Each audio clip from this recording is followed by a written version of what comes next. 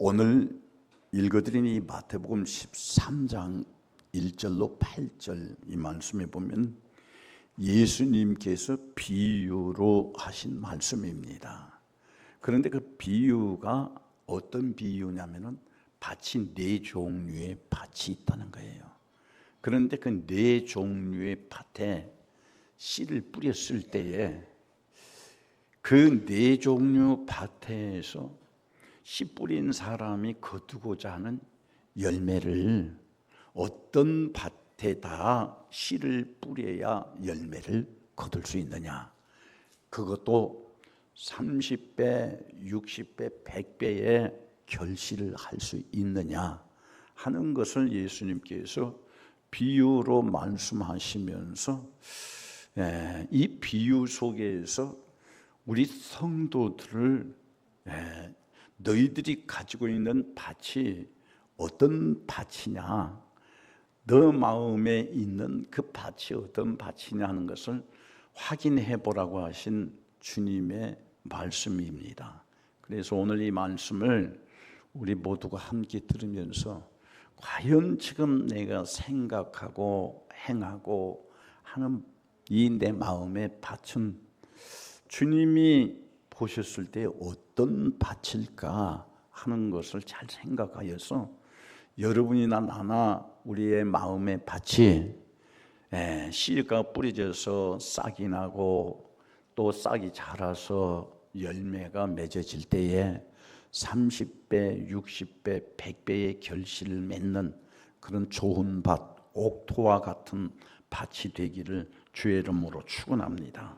예수님께서 그 많은 무리의 사람들의 마음을 보시고 이 비유를 말씀하셨는데, 아무리 좋은 씨앗을 뿌려도 씨앗이 자라지 못할 밭은 열매를 맺을 수가 없다. 그러나 노력과 힘만 소비하게 된다 하는 말씀입니다.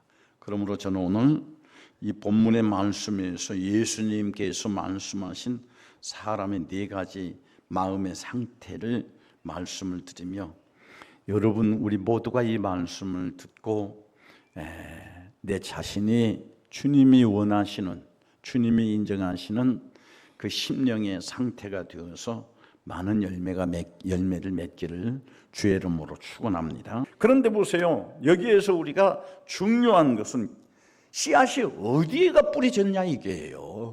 어디에가? 이 4절 말씀 다시 한번 펴보세요. 어디에 씨앗이 뿌려졌는가? 다 같이 시작.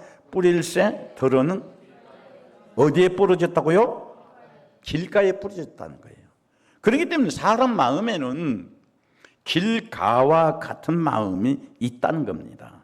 이 길가와 같은 마음이라 하는 말은 천국의 말씀을 듣고도, 하나님의 말씀을 듣고도 깨닫지 못한 사람들을 말합니다.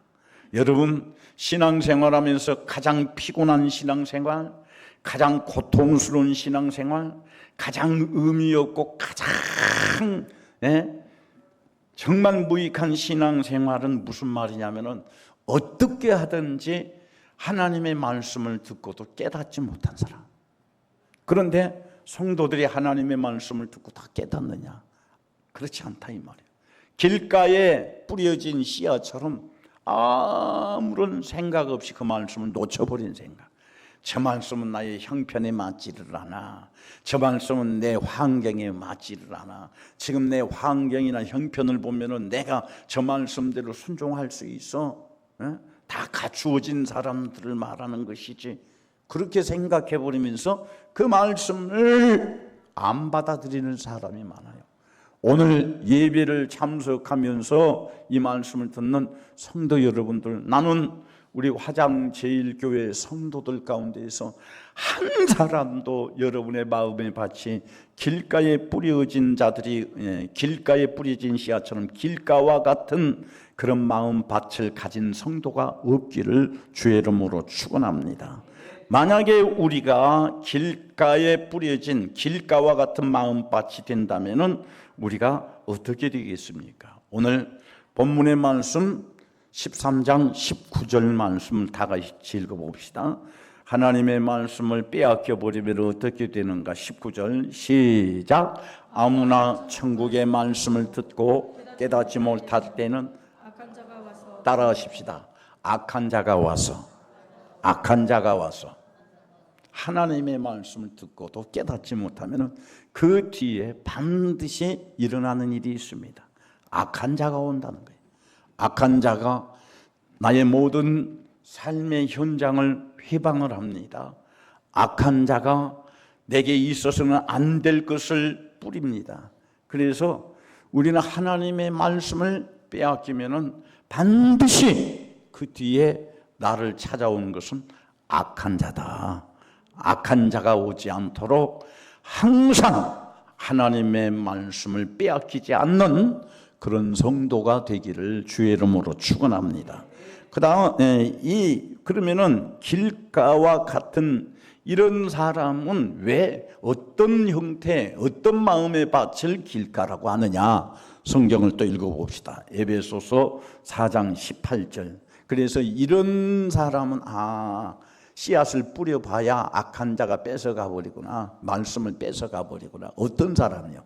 18절 다 같이 읽습니다. 시작. 그들의 마음이 어두워지고 그들 가운데 있는 무지함과 그들의 마음이 굳어짐으로 말미암아 하나님의 생명에서 떠나 있도다. 자, 악한 자가 와서 말씀을 뺏어버리니 그 뒤에 일어나는 것이 뭐예요? 하나님의 생명에서 떠난다는 거예요.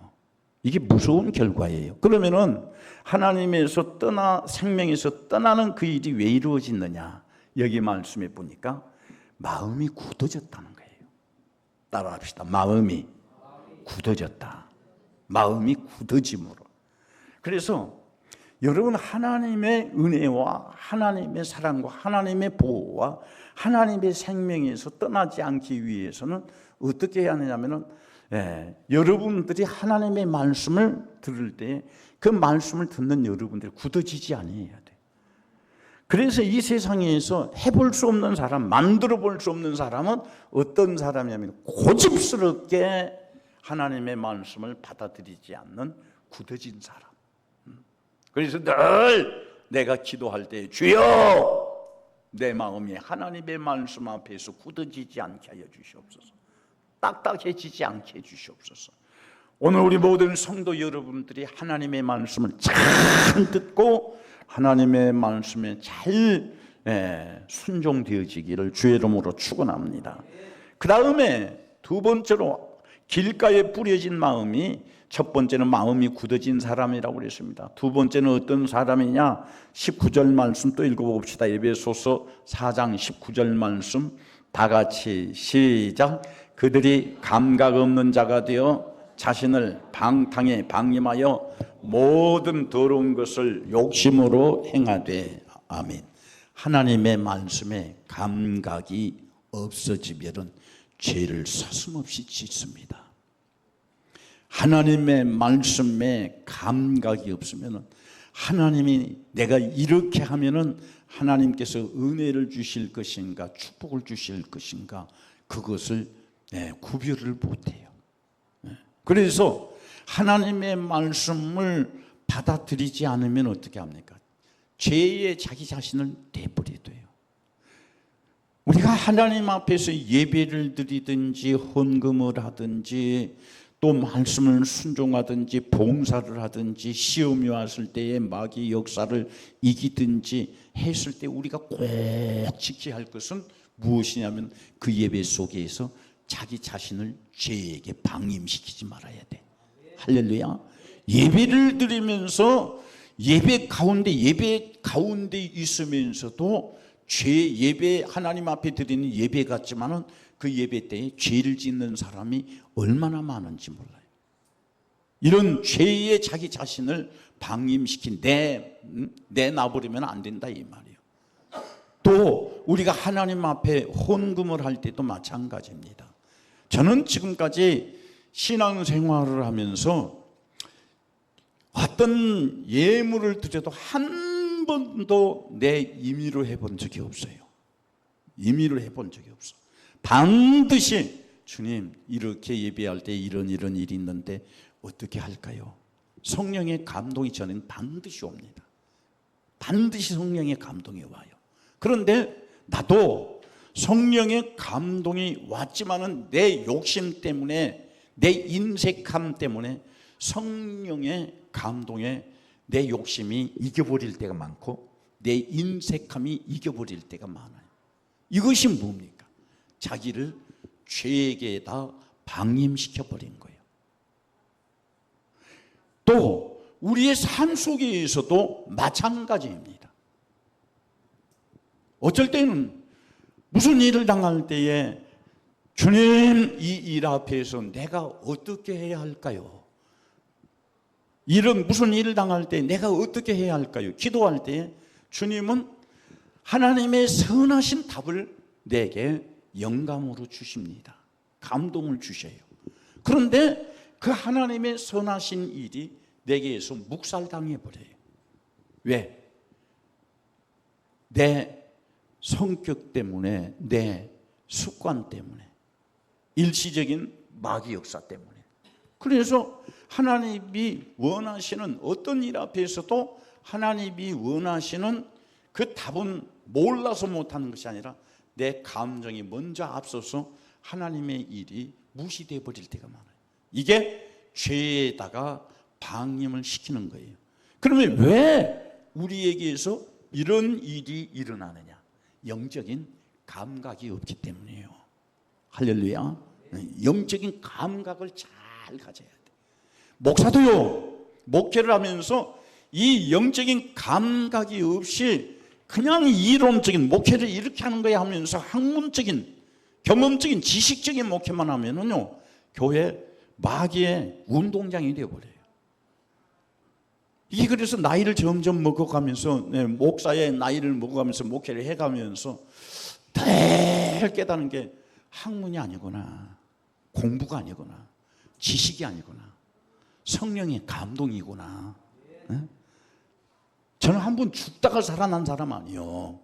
그러니까 더 무섭고 두려운 게 뭐냐면은 내가 지식 때문에, 내 환경 때문에, 내 욕심 때문에, 내 형편 때문에 성령의 감동을 무시해버리면은 나는 하나님의 은혜가 없다, 하나님의 혜택이 없다. 그래서 성령의 감동을 순종하기 위해서 내가 해야 할 것은 무엇이냐면 항상 영적인 감각이 있어야 돼요. 할렐루야. 오늘 우리 모든 성도들은 이 에베소서 4장 19절 말씀, 감각 없는 자가 되어서 자신을 방탕에 내나 먹여버리고, 그러니까 죄에다가 내나 먹여버리고 모든 더러운 것이 자기 욕심이라는 거예요. 따라합시다. 더러운 것이 하나님 앞에서 더러운 것이 뭐예요? 욕심이라는 거예요. 그래서 내 욕심 때문에 하나님을 실망시키면 안 돼요. 내 욕심 때문에 성령의 감동을 무시하면 안 돼요. 내 욕심 때문에 하나님의 일이 지장을 받으면 안 돼요. 이런 사람이 어떤 사람이에요? 자기 마음의 밭이 길가에 뿌려진 길가와 같은 밭이라는 거예요.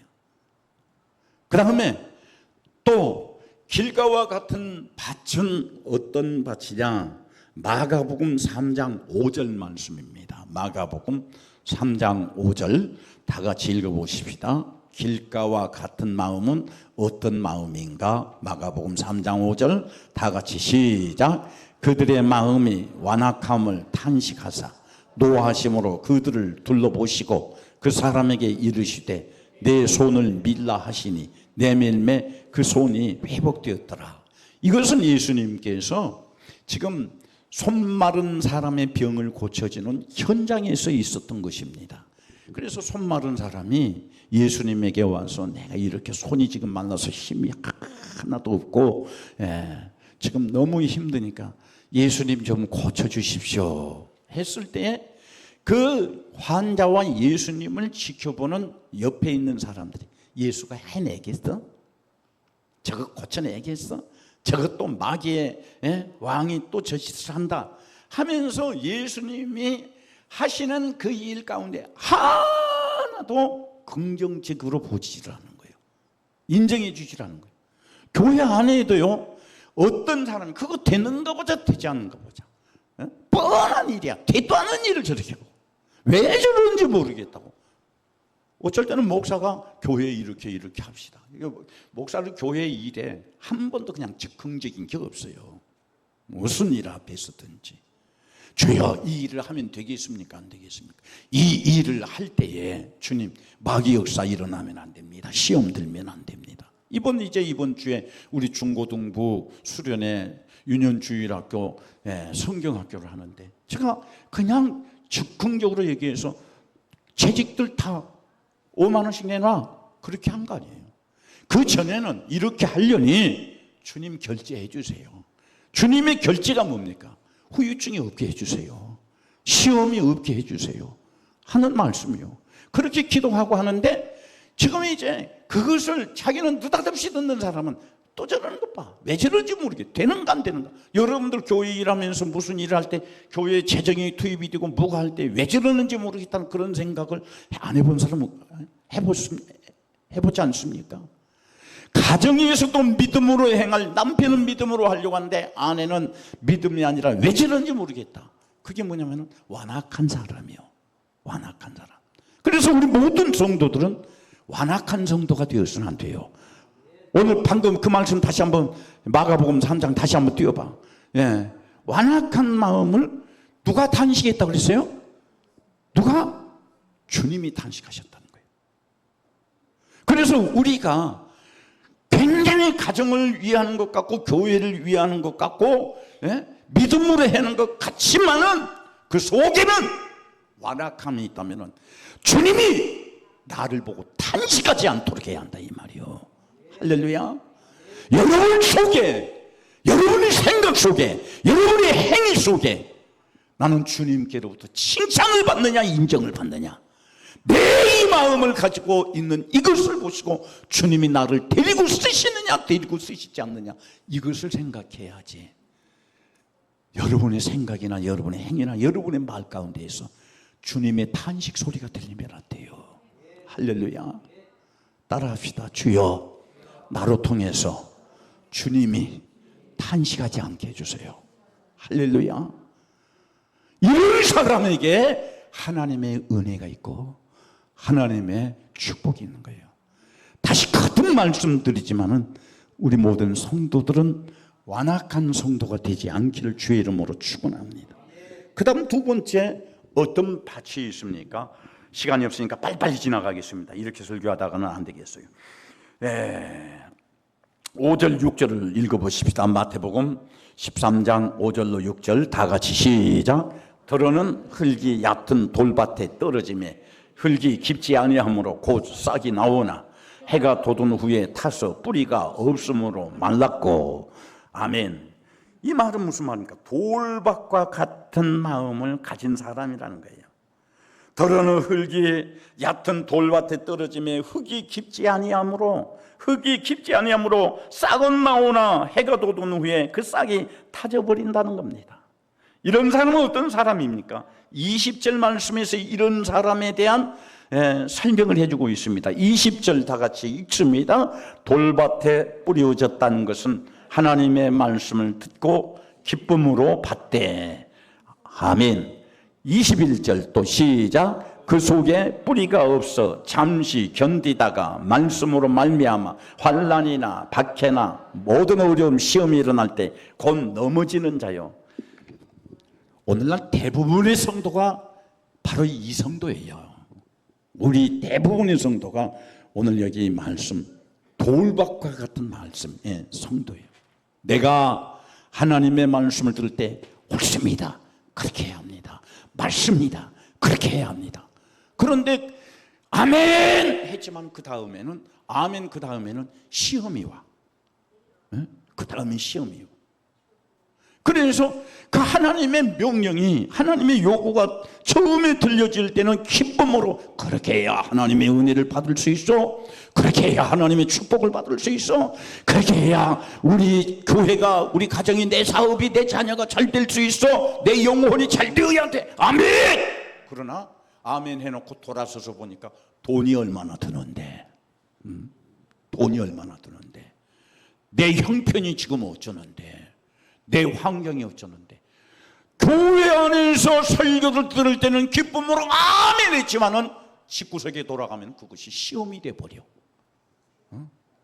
삶의 현장에서는 그것이 시험거리가 돼버린다, 이 말이야. 오늘날 대부분의 성도들의 신앙이 바로 이런 신앙이에요. 그런데 보세요, 하나님은 기쁨으로 받을 때 그 사람에게 은혜를 주시고, 그 사람에게 축복해 주시고, 그 사람의 기도를 응답해 주시고, 마귀 역사를 떠나가게 해주시고, 병을 고쳐주시고, 모든 일을 형통케 해주시고, 할렐루야. 그렇게 계획하셨는데 돌아가서 잠시 후에 보니까 그것이 시험거리가 되어서 뿌려졌던 씨앗이 싹은 났었는데 타져 죽어버려. 이런 사람에게 하나님의 은혜가 있겠느냐, 이 말이에요. 왜 예수님이 말씀하셨을까요? 이런 사람에게 하나님의 축복, 열매가 맺혀지겠냐 하는 것을 지금 묻고 있습니다. 그 속에 뿌리가 없으므로 그랬어요. 나는 오늘 우리 모든 성도들에게 부탁을 드립니다.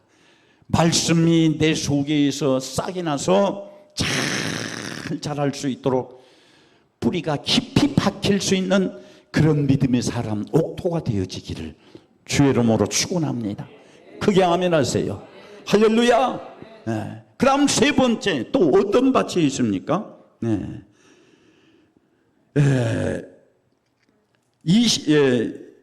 뭡니까? 7절 읽어보십시다. 7절을 다 같이 읽습니다. 마태복음 13장 7절 말씀 다 같이 시작. 더러는 가시떨기 위에 떨어짐에 가시가 자라서 기운을 막았고. 8절. 자, 7절까지만 보겠습니다. 가시떨기와 같은 마음을 가진 사람이 있다는 겁니다. 그러면은 가시떨기와 같은 마음을 가진 사람에 대해서 22절에서 설명을 하고 있는데, 다 같이 또 22절, 가시떨기와 같은 나무는 어떤 것을 말하는가? 시작. 가시떨기에 뿌려졌다는 것은 말씀을 들으나 세상의 염려와 재물의 유혹에 말씀이 막혀 결실하지 못한 것. 여러분, 세상 염려 때문에, 잘 들으세요, 세상 염려 때문에, 재물의 유혹 때문에 하나님의 말씀이 여러분에게서 막히면 안 돼요. 할렐루야. 네? 따라합시다. 세상 염려 때문에, 재물의 욕심 때문에 말씀이 막히지 않아야 한다. 할렐루야. 네? 얼마나 이런 사람들이 많이 있습니까? 그런 사람들이 들여다볼 때 하나님 앞에서 행하는 모든 것들이 형식화되어 보여요. 네? 아주 믿음은 전혀 없는 형식적인 모습으로 보여버린다, 이 말이에요. 오늘 어떤 성도가 건강한 성도입니까? 세상 염려도 주님께 맡기는 성도. 할렐루야. 재물의 유무도 주님께 맡기는 성도. 다시 따라합시다. 세상 염려도 주님께 맡기는 성도, 재물의 염려도 주님께 맡기는 성도. 네가 근심하고 걱정한들 너 키를 한 자나 더 할 수 있더냐? 예수님께서 말씀하셨어요. 그런데 이 가시떨기 나무 것은 굉장히 믿으면 잘 크는 것 같아요. 여러분, 숲을 속에 무슨 콩이나 심어보세요. 숲을 속에 하면은 엄청나게 막 키는 잘 자랍니다. 그런데 딱 보면은 그 나무는 하나도 힘이 없어. 조금만 솔바람만 불어도 그 싹 난 것은 콩나무같이, 콩나무는 단단하긴 하지 부러져 버려요. 그런데 이렇게 결실을 하지 못하는 것은 뭐냐면은 세상 염려. 내가 이렇게 하나님의 말씀을 순종할 때는 세상적으로는 이게 되겠느냐? 내가 이렇게 하면은, 나는 하나님 앞에 이렇게 하면은 내가 어떻게, 나는 어떻게 하겠어요? 사도행전에 아나니아와 삽비라 부부처럼 나는 뭐 먹고 살아? 재물의 욕심. 그래서 이 우리의 믿음을 받으시는 주님이 보실 때는 그 사람의 믿음이 어떻게 보입니까? 형식화돼요. 겉으로는 잘 큰 것 같고 겉으로는 믿음이 있는 것 같지만 속에는 믿음이 주님 보실 때에 없어 보인다 이 말이에요. 이런 사람이 되지 말라는 거예요. 그래서 오늘 이 세 가지 마음, 길가와 같은 마음, 가시떨기와 같은 마음, 돌밭과 같은 마음, 이것은 결실하지 못한다. 그러면은 결실하는 나무는 밭은 어떤 밭이냐? 8절 읽고 마칩니다. 8절 다 같이 마태복음 13장 8절 30배 60배의 결실을 맺는 밭은 어떤 밭이냐? 시작. 더러는 좋은 땅이 떨어짐에 어떤 것은 100배, 어떤 것은 60배, 어떤 것은 30배의 결실을 하였느니라. 그러면은 이렇게 좋은 밭이라고 하는 것은 어떤 밭이냐? 23절 읽습니다. 좋은 밭은 어떤 밭인가? 다 같이 시작. 좋은 땅에 뿌려졌다는 것은 하나님의 말씀을 듣고 깨닫는 자니 결실하여 어떤 것은 100배, 어떤 것은 60배, 어떤 것은 30배 결실을 하느니라. 여러분, 경영자의 성공자는 내 지식이 있는 게 아닙니다. 여러분 록펠러 잘 아시죠? 세계의 강철 대왕. 그 록펠러라고 하는 사람은 카네기도 마찬가지입니다만, 이 록펠러는 자동차 왕이죠. 카네기는 강철 대왕이고. 그런데 이들이 성공할 수 있었던 것은 처음에 태어났을 때는 아버지도 없이 굉장히 불행한 사람이에요. 불행한 사람이었는데 그 어머니가 일찍 이 록펠러를 세상에 남겨두고 이제 죽을 병에 걸렸어요.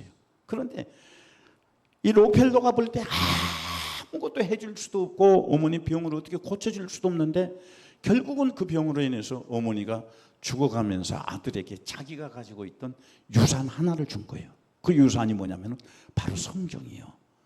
아들아, 아무리 어려워도 하나님이 너에게 크게 축복해 주실 것이다.